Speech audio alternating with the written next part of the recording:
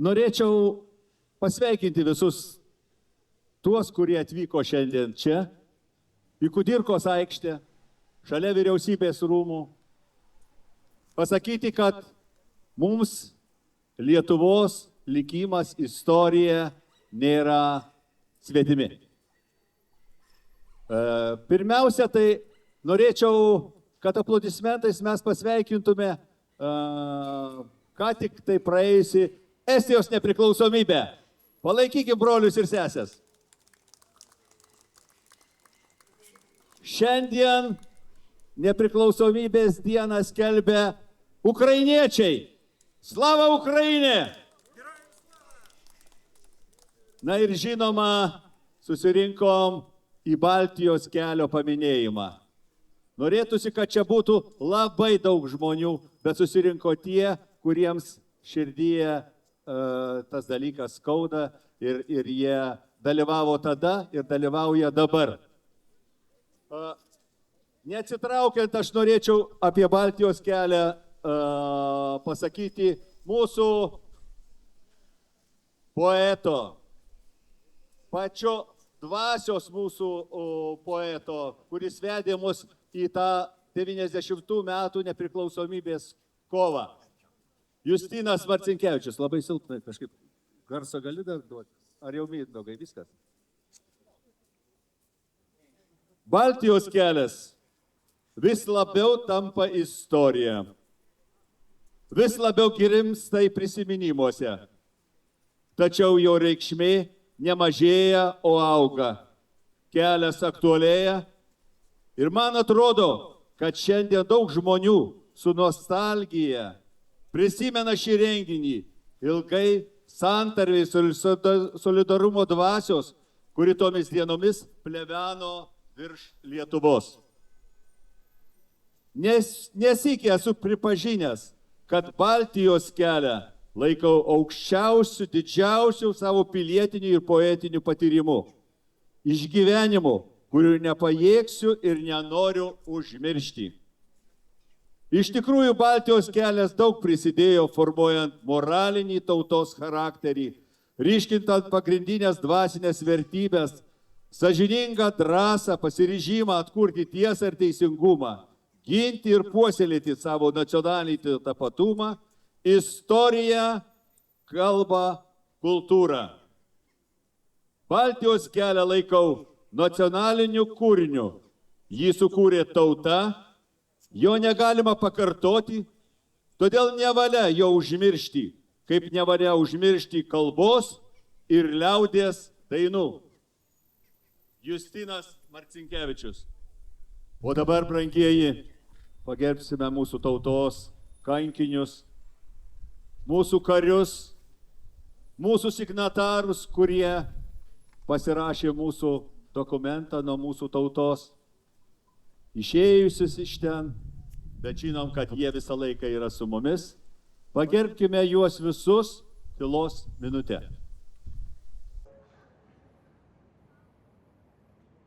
Pagerbta.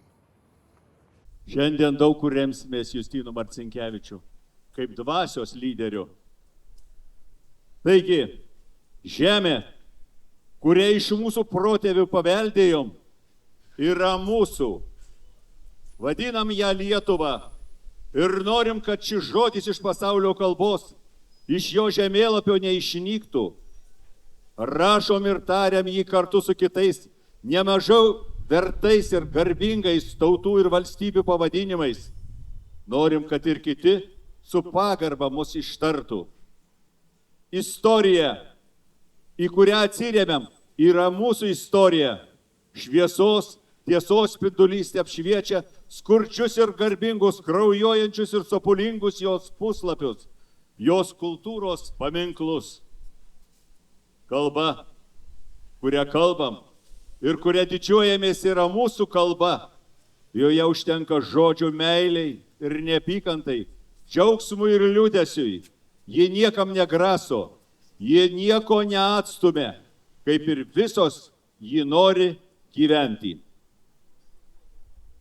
Žmogus, kuris žiūri mus, reikalauja teisybės ir teisingumo, turi būti apsaugotas jo gyvenimas, darbas, kūryba, apgintas ir pagerbtas jo žmogiškumas, sąžiningumas, dora, jo dvasinė gilė, jo būties vienkartybė.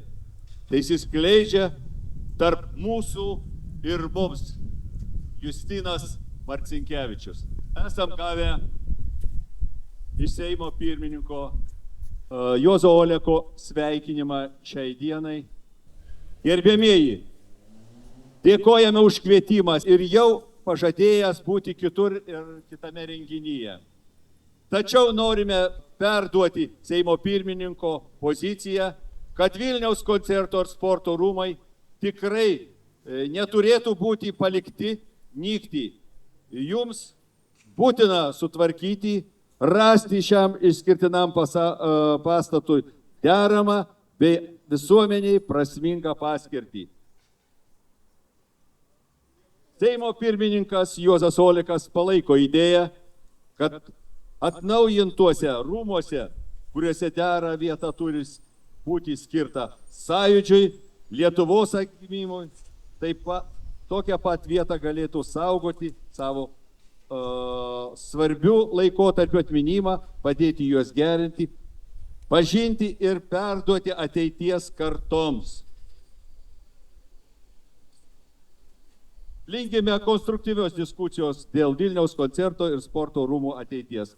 Baltijos kelias būtent atėjo iš sporto rūmų, ir kurie šiomis dienomis visaip svarstoma, ką su jais daryti, neapsisprendžia mūsų vadovai. Už tai mes čia susirinkom padrąsinti juos ir pasakyti, laikykitės ir kad sporto rūmuose būtų ta dvasia, kuri išliktų, kuri būtent Sąjūdžio suvažiavimu prasidėjo, paskui išėjom į Baltijos kelią, paskui sporto rūmuose buvo pašarvoti mūsų tautos didvyriai, tiek parlamento gynėjai, tiek pasieniečiai. Na ir čia vyko pačios gražiausios Žalgirio kovos šiuose rūmuose. Tad mes norim, kad šiuose rūmuose galėtumėm sutalpinti tiek tautos dvasią, tiek visus kitus prisiminimus, kurie jaudintų mus. Tai aš norėčiau Aliną Laučienę pakviesti. Jūs tikriausiai labai jų tikrai žinot, nes tai yra pagrindinė tautos, kalbos saugotoja, mokytoja Laučienė. Dėkoju. Gerbiami lietuviai, gerbiami Lietuvos žmonės, apsižvalgykime, atidžiai pažiūrėkime, kiek mūsų čia susirinko. Ogi labai mažai. Ir tas mūsų žmonių būrys, kuris stovi čia, vadinasi Lietuva. Visur visada yra likutis, bet tas likutis yra nepaprastai stiprus, nes jam skauda. Šiandien mes minime Baltijos kelią, daug parašyta, daug kalbėta, bet šiandien Tautos forumas sukvietė mus visus dėl labai skausmingo dalyko, kuris labai gelia tautos širdį – sporto rūmų likimas. Ar jums netrodo keista? Sporto rūmai pastatyti 1981 metais, besibaigiant sovietmečiui. Ir man dabar, kada žydų bendruomenė kimba ir savinasi šitos rūmus, Lietuvos turtą, aš turiu klausimą jiems. Visiems iki vieno. Ar jūs, kai buvo atidarimas sporto rūmų, kai buvo koncertai, suvažiavimai, krepšinio varžybos. Ar jūsų ten nebuvo? Nejaugi jūs buvote tada susirgę amneziją, kad ten guli jūsų protėvių kaulai ir jūs džiaugiatės ant jų stovėdami. Bet kodėl jūs šiandien atsiminėte tokį dalyką, kad ten proseneliai guli? Ogi noriu remtis Rimanto Bučo straipsniu, kuris buvo išspausdintas Kultūros baruose, dovanokit neatsimenu, gal 2023 metais.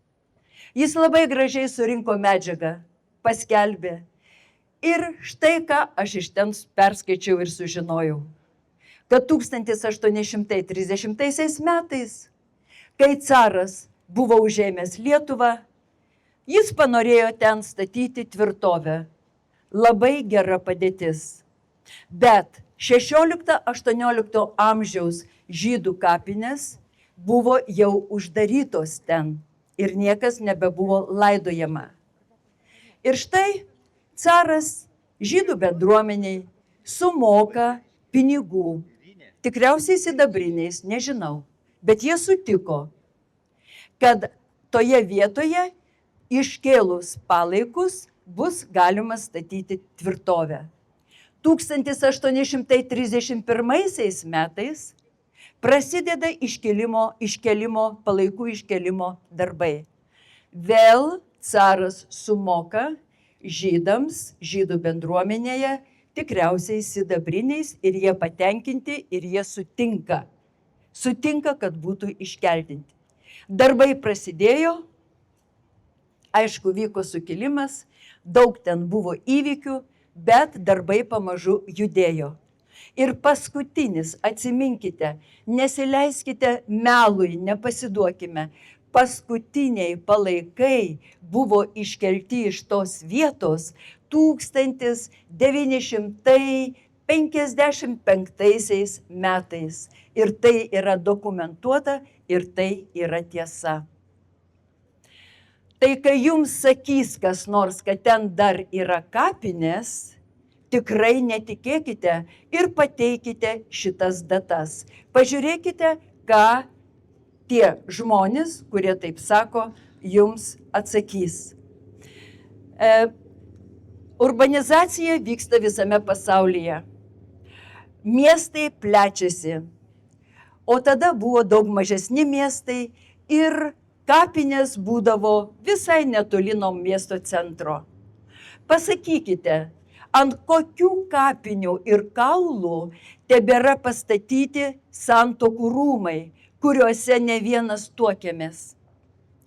Ant liuteronų kaulų jie nėra išvežti, jie niekur nėra iškelti. Ant kokių kaulų vaikštinėjame Pylimo gatvėje, ant reformatų kaulų yra skveras. Ten mes ateiname, vaikai žaidžia, dainuoja, laksto, mes irgi jiems padedame. Ant reformatų kaulų. O dar geriau sužinojau iš vieno Merkinės gyventojo, kad Merkinėje prie vidurinės mokyklos buvo stadionas ir visi mokiniai sportuodavo tame stadione ant 600 partizanų palaikų. Ačiū Dievui, šiandien valdžia Merkinės nutarė ten įrengti parką, galbūt bus pavardės ar dar kas nors. Bet buvo metas, kiek metų ten sportavo, šokinėjo, džiaugėsi ir juokėsi. Taip, kad daugelis žmonių gali tvirtinti, atiduokit mums tą plotelį, aną plotelį. Bet visi supranta, vyksta miesto plėtra. O mes, brangieji lietuviai, ką noriu pasakyti? Mūsų tikrai nedaug, bet būkime aktyvūs, netylėkime. Aš neatsistebiu, kur yra kitos tautinės partijos, patriotinės partijos, kad jų šiandien nėra su vėliavomis, kurie nepalaiko, taigi visų bendras tikslas, bet jų nėra. Ką jau darysi? Te laimina Lietuvą Dievas, būkime tvirti, savo vaikaičius mokykime mylėti tėvynę, patys mylėkime savo kalbą, valykime ją kiek tik begalėdami ir niekam, o niekam netiduokime nė mažiausios pėdos savo žemės, nes šitą žemę davė mums aukštybių Dievas. Gerbkime jį, jo planus ir savo Lietuvą brangiąją tėvynę. Ačiū Jums. Dėkojam, Alinai. Žinoma, šiandien susirinkom čia vien, aišku, Baltijos kelias, kuris liktai davė tą impulsą, bet norim tiesiog paklausti mūsų valdžios atstovų, kuriuos mes rinkome. Kodėl nėra tęstinumo įsakymuose, įstatymuose? Juk pavyzdžiui, Lukiškių aikštėje šiais metais pagal prezidento pasirašytą dokumentą, pagal Seimo prabalsuotą dokumentą turi būti pilnai sutvarkyta valstybės aikštė su Vyties paminklu. Nėra.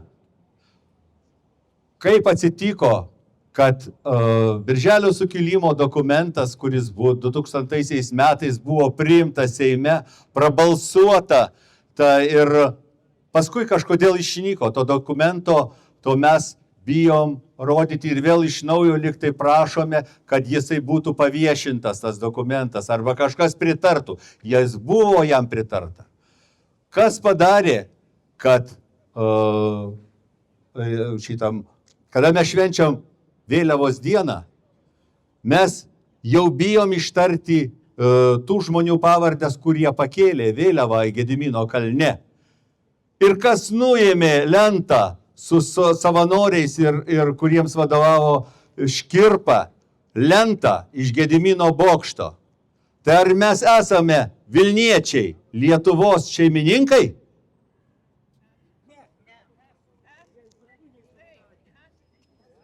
Vat, aš noriu paprašyti, kad žodį tartų Sąjūdžio pirmeivis,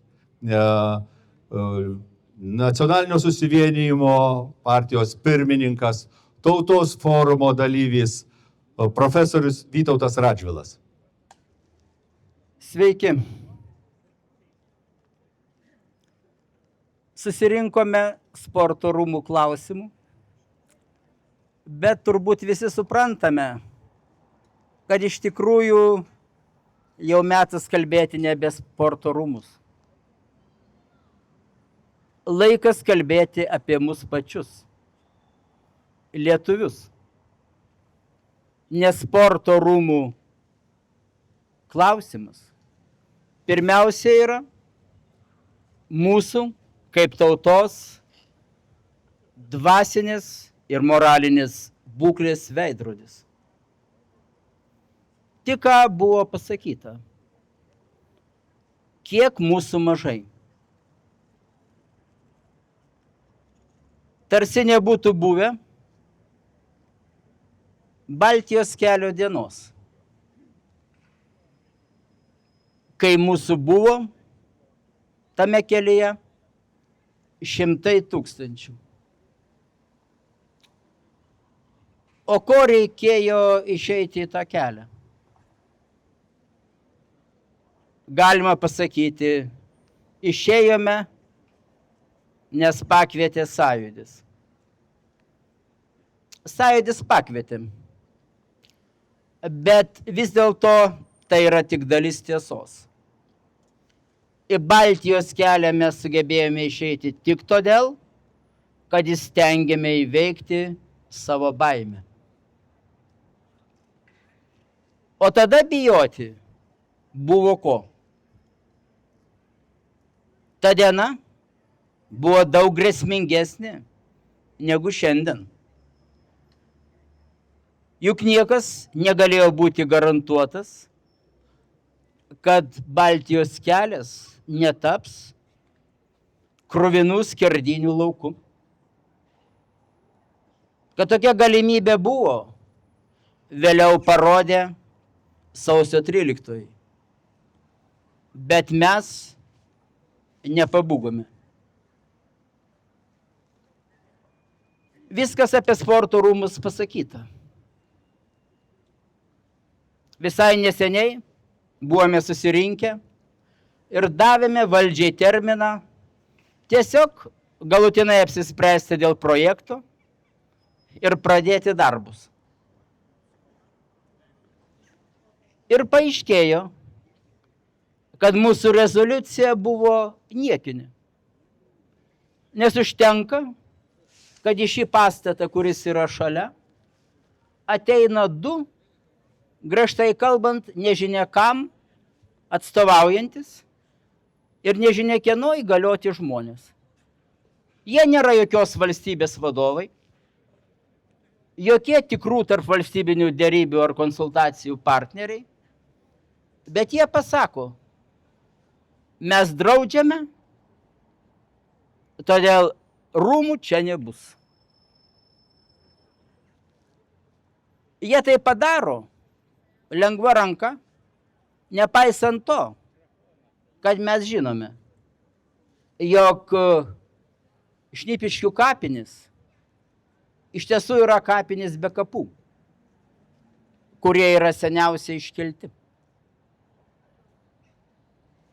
Tai suvokus iš karto tampa akivaizdu, kad mums yra pateikiamas dirbtinis pretekstas, kad niekas su mūsų valdžia, o jie vis dėlto atstovauja tautai ir netgi valstybei, net neketina rimtai kalbėti. Tiesą sakant, toks elgesys rodo, kad Lietuva apskritai nelaikoma jokia valstybė. Ir kas baisiausia, tai vyksta kiekviename žingsnyje. Prisiminkime Lukiškių aikštę, Vytį, memorialą didvyriams. Staiga iš kažkur išdygsta vėlgi užsienio ekspertų komisija, kuri pareiškia, kad jokio Vyčio nereikia. Jų bendrininkai Lietuvoje pradeda postringauti, kad Vytis busęs be galo agresyvaus, keliančių visam pasauliui pavojų, lietuviškojo militarizmo simbolis. Atkreipkime dėmesį. Pasaulis liepsnoja. Kiekviena diena neša vis didesnį netikrumą. Mums reikia visais įmanomais būdais ruoštis gintis, ruoštis galbūt žūtbūtiniai kovai. Ir mums pasakoma, nedrįskite statyti militarizmo simbolio. Paminklo mūsų kovų už laisvę didvyriams. Paminklas prezidentui Antanui Smetonai.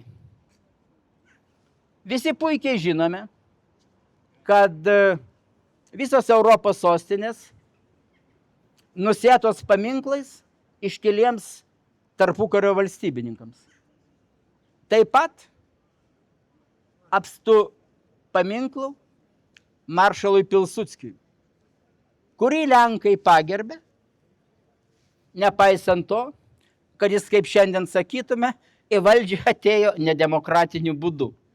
Ir jo sanacinis režimas nebuvo žmogaus laisvių ir teisių etalonas. Bet brandi valstybinė tauta ir suvereni valstybė supranta, kad valstybė yra kažkas, kas pakyla virš kintančių istorijos aplinkybių. Kad valstybės statytojas yra žmogus, kuris galbūt dėl daugelio savo veiksmų bus vertinamas kitaip, bet jeigu įsimūrijo nors vieną plytą į valstybės statinį, jo vieta didžiųjų valstybininkų panteone.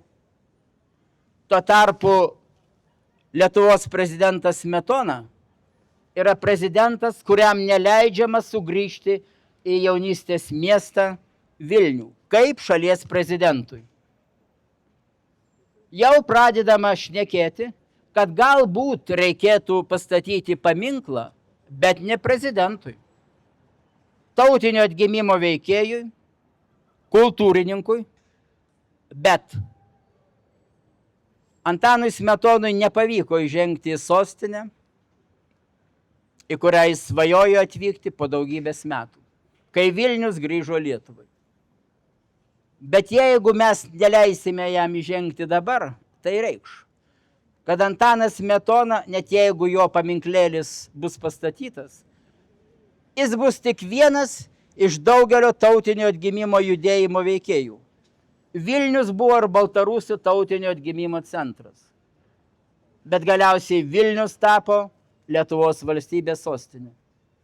Tai štai, Lietuvos prezidentui neleidžiama įžengti į Vilnių su savo paminklu kaip valstybės prezidentui. Ir tai yra ne asmens klausimas. Tai yra be galo gudrios, klastingos, tam tikrą prasme įžvalgios politikos vaisiai. Visiškai akivaizdu, kad iš visų tų tarsi menkai susijusių nesusipratimų slypi gerai apgalvota, be galo nuosekli Vilniaus ateities koncepcija. Pagrindinė jos idėja yra akivaizdi. Lietuviai Vilniuje yra tik laikinai. Ir Vilnius yra tik Lietuvai laikinai priklausančios teritorijos administracinis centras. Jeigu mes pereiname per mūsų sostinę, kad ir šituo prospektu, ar apskritai pereiname per centrą, paklauskime savęs, kas iš tikrųjų solidžiai liudija, kad tai yra Lietuvos sostinė.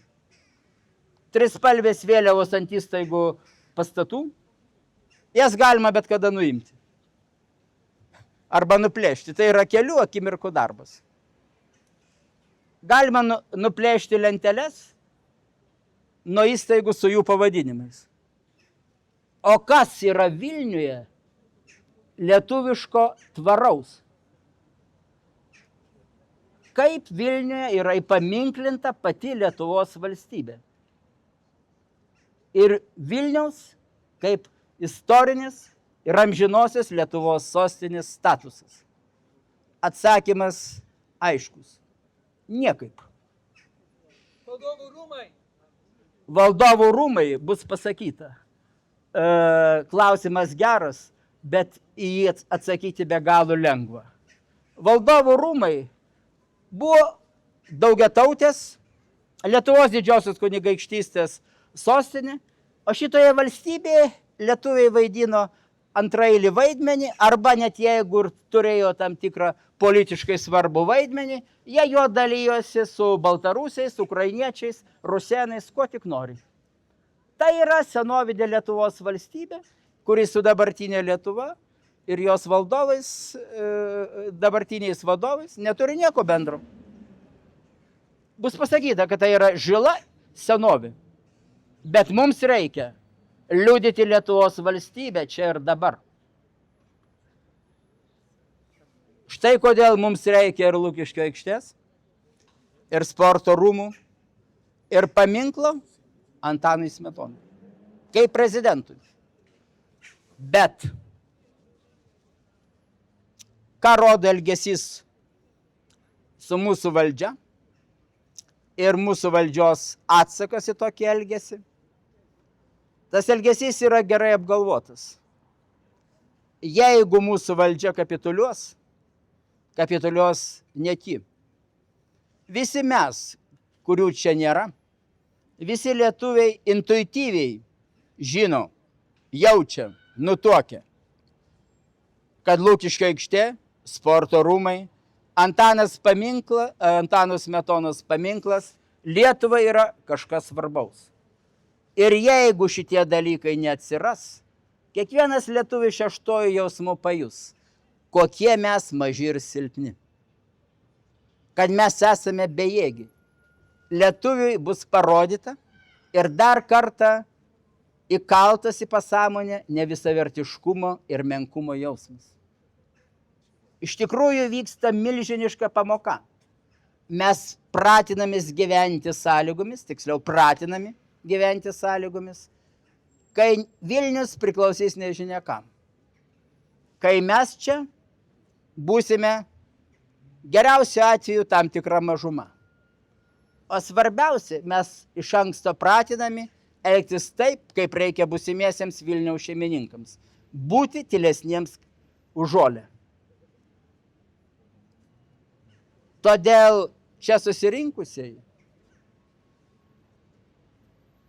mes iš tikrųjų paliudijame, kad mes nesusitaikysime su tokia lemtimi. Mes nebūsime savo istorinėje žemėje ir sostinėje antrarūšiai pastumdėliai. Todėl ką nors daugiau kalbėti dėl sporto rūmų tiesiog nebėra prasmės. Ir akivaizdu, ką daryti. Jeigu valdžia greitai nepriims sprendimo, kurio bus pareikalauta rezoliucijai, mums teks susirinkti dar kartą. Dabar esame susirinkę čia. Bet šitas reikalavimas yra adresuotas ir šalies prezidentui. Vadinasi, kita susitikimo vieta Daukanto aikštė. Jeigu dar kartą nebūsime išgirsti, susitikimo vieta Seimas. Ir reikalauti reikia labai nedaug. Nieko neaiškinti, pasakyti. Elkitės kaip suverenios Lietuvos valstybės valdžia. Ir ginkite valstybės ir tautos laisvę, garbę ir gyvybę. Ačiū uždėmesi. Ačiū profesoriui užsakytas brandžias mintis. Aš norėčiau, kad jūs įsižiūrėtumėte į šitą sporto rūmų projektą. Tai Sigito Koncevičiaus ir jo bendražygių projektas. Jis tarsi gulbė žiūrintis į valdovų rūmus. Šiandien yra mūsų tarpe architektė irgi, Loreta Koncevičienė. Paplokim jai, pasižiūrėkim. Tai kartu jie su vyru darė šios darbus. Ir noriu vėlgi dar kartą sugrįžti prie Justino Marcinkevičiaus. Šiandien Lietuvos lūpose tik du žodžiai – laisvė ir nepriklausomybė. Tardamas šios žodžius, Lietuva reikalauja to, kas yra įgimta jos teisė, kas priklauso tik jai, ką ji paveldėjo iš mūsų tėvų ir protėvių, ką klupdama ir vėl prisikeldama nešė per visą mūsų istoriją. Mūsų lūpomis ji reikalauja laisvės ir nepriklausomybės. Tai mūsų dvasinis sukilimas prieš siekiančius sunaikinti Lietuvos tautiškumą, istoriją, kalbą ir papročius. Mūsų nedaug, bet didelis mūsų pasiryžimas apginti, išsaugoti ir busimosioms kartoms perduoti tą žemės lopinėlį, kurį vadiname Lietuva. Tai milžiniška našta. Ir pakelti ją gali tik tai sąmoninga, susiklausiusi vieninga tauta.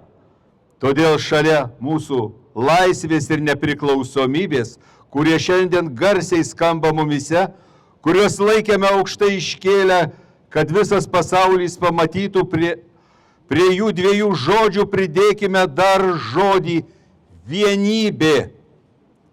Vienybė vardan nepriklausomybės, vienybė vardan laisvės, vienybė vardan Lietuvos. Justinas Marcinkevičius.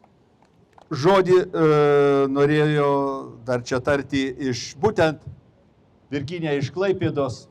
Nuotraukos, kurias manau, kad apie jas mes norėtumėm šiek tiek trumpai papasakoti. Mes, lietuviai ir žydai, visą laiką buvom drauge, ar ne? Ir niekada nebuvo, kol neatsirado karas, kol holokaustas. Bet kas šiandien mus skaldo ir kas šiandien mus padarė, sakykime, mus... Palaukit dabar, ar galite tada jūs palaikyti? Kas nutiko? Ogi nutiko, kad mums, lietuviams, yra daug labai svarbių darbų, bet vienas pats svarbiausias yra išsaugoti Lietuvą, išsaugoti tai, ką paliko mūsų protėviai.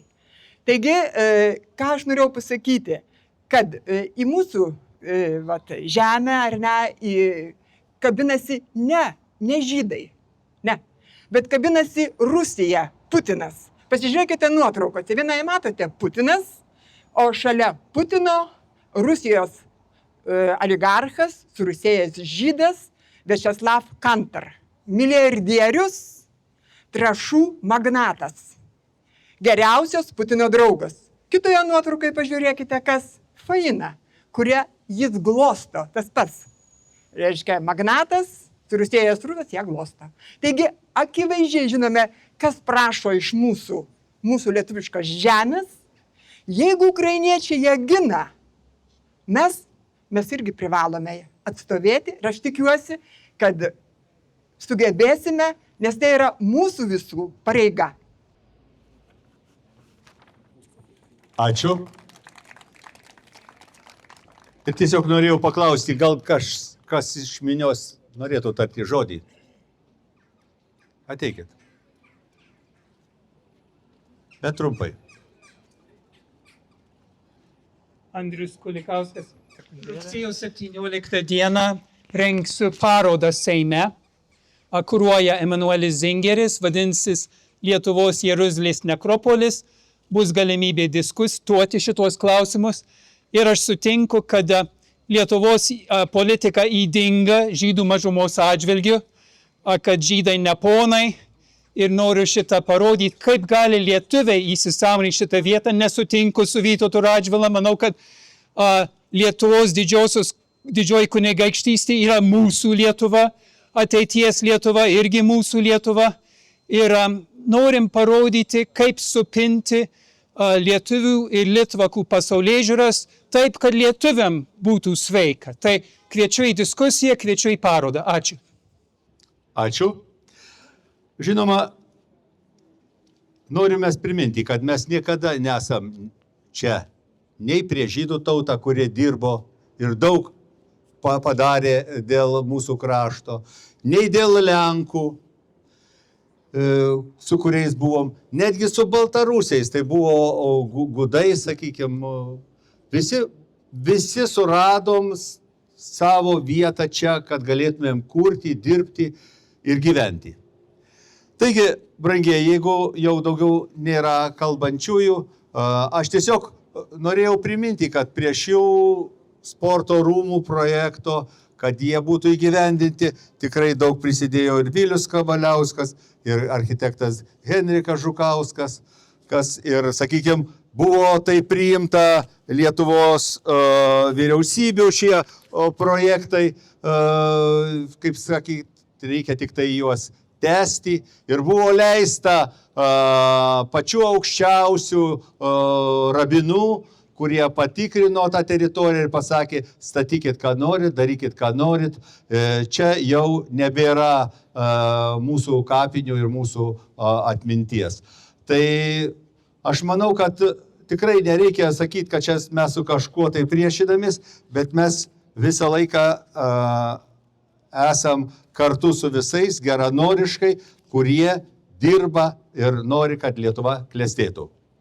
Taigi, brangieji, noriu, kaip ir visada pridera, prie kiekvieno mitingo arba, sakykime, pasikalbėjimo, tauta ateina pasikalbėti pačiais opiausiais klausimais, tai rezoliucija, kuriai paprašysiu jūs pritarti. Mes 2026 metų rugpjūčio 24 dieną Vinco Kudirkos aikštėje Vilniuje susirinkę Lietuvos Respublikos piliečiai, minėdami Baltijos kelio metines ir pareiškėme, kad Vilnius kaip suverenios Lietuvos Respublikos sostinė turi neatimamą teisę saugoti ir įprasminti savo valstybingumo ženklus, istorinį paveldą ir kovotojų už Lietuvos laisvės atminimą. Pritarėt? Jokia visuomenė, religinė, etninė, tarptautinė ar užsienio organizacija ir joks privatus asmuo negali diktuoti Lietuvos valstybei, kokius ji turi priimti dėl nacionalinės reikšmės objektų savo sostinėje. Tik Lietuvos valstybė sprendžia. Pirmas, dėl Lukiškių aikštės Vilniuje memorialinio statuso. Taip? Dėl pirmojo Lietuvos Respublikos prezidento Antano Smetonos atminimo deramo įamžinimo. Taip? Dėl 1941 metų tautos sukilimo pripažinimo valstybės teisės aktu. Taip. Ir pagaliau dėl Vilniaus koncerto ir sporto rūmų rekonstrukcijos ir jų išsaugojimo ateities kartoms, kai valstybinės reikšmės istorinės atminties objektą. Ačiū. Šių metų birželio 23 dieną įvykusio tautos forumo mitingo dalyviai pareikalavo, kad Seimas nedelsiant priimtų parengtą nutarimo projektą dėl sporto rūmų rekonstrukcijos ir vyriausybei pavesti iki rugsėjo 1 dienos paskelbti jos finansavimo būdą, vykdyti rangovo atranką ir numatyti lėšas parengiamiesiems darbams. Tačiau po 26 metų rugpjūčio 4 dienos Lietuvos žydų bendruomenės pirmininkės Fainos Kuklianski ir Amerikos žydų komiteto tarptautinių žydų reikalų direktoriaus Andrev Bakerio susitikimo su ministru pirmininku Mindaugu Sinkevičiumi projekto buvo atsižadėta.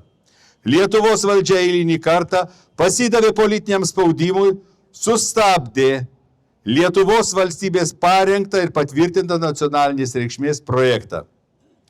Mes klausėme, kokiu teisiniu pagrindu nevalstybinės ekspertų komisijos ir grupės, veikiančios be jokių įgaliojimų, gali primesti Lietuvos valstybei spręsti savo nacionalinės reikšmės klausimus.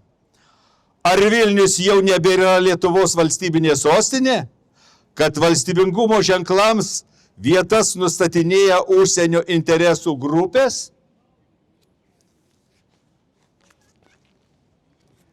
Mes klausėme Lietuvos Respublikos vadovus, kas iš tiesų sprendžia Vilniaus koncertų ir sporto rūmų likimą, kas suteikė valdžiai teisę tartis su neformaliomis organizacijomis dėl Lietuvos nacionalinės reikšmės istorinio paveldo naikinimo. Prezidentė, Seimo pirmininkė, ministrė pirmininkė, ar jūs esate Lietuvos valstybės vadovai? Ar interesų grupės atstovaujamų organizacijų valios administratoriai?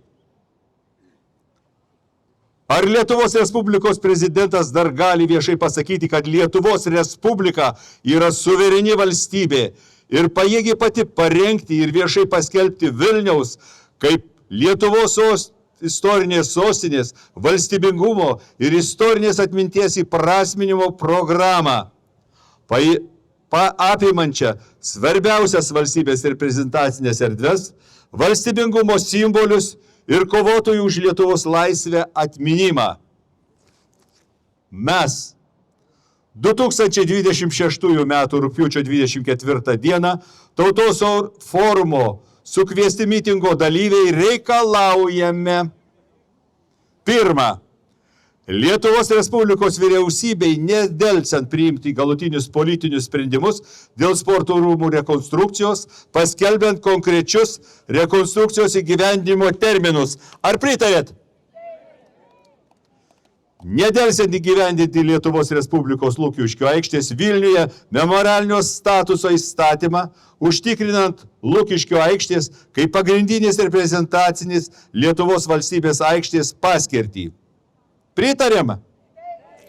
Užtikrinti Lietuvos valstybės kūrėjų, laisvės kovotojų ir pasipriešinimo okupaciniams režimams dalyvių atminimo politinį pripažinimą ir derą įamžinimą. Ar pritariame? 1989 m.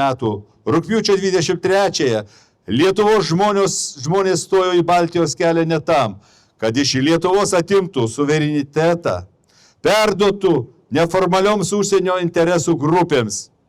Šiandien mes giname ne paminklus, mes vėl kaip 1988 metais sporto rūmuose vykęs steigiamasis sąjūdžio suvažiavimas, giname lietuvių tautos teisę gyventi savo nepriklausomoje valstybėje ir patiems spręsti savo likimą.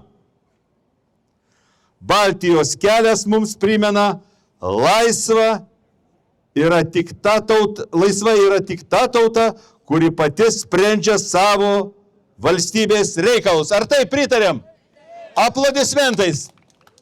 Tai perduosim valstybės vadovams. Įpareigoja mūsų susirinkimas čia prezidentą būti garantu visą tai, ką mes čia priėmėm. Ačiū. Priimat visumoje. Ačiū visiems susirinkusiems.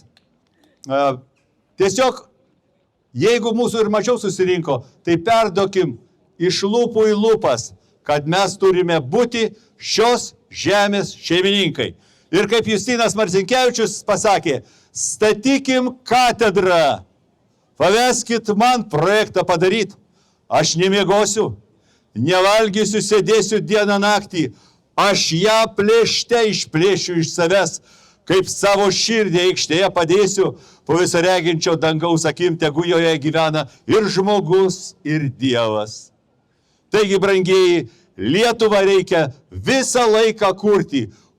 Lipdyti ir kurti ir lipdyti. Ir jeigu tik nustojam tai daryti, tauta Lietuva miršta. Ačiū visiems susirinkusiems.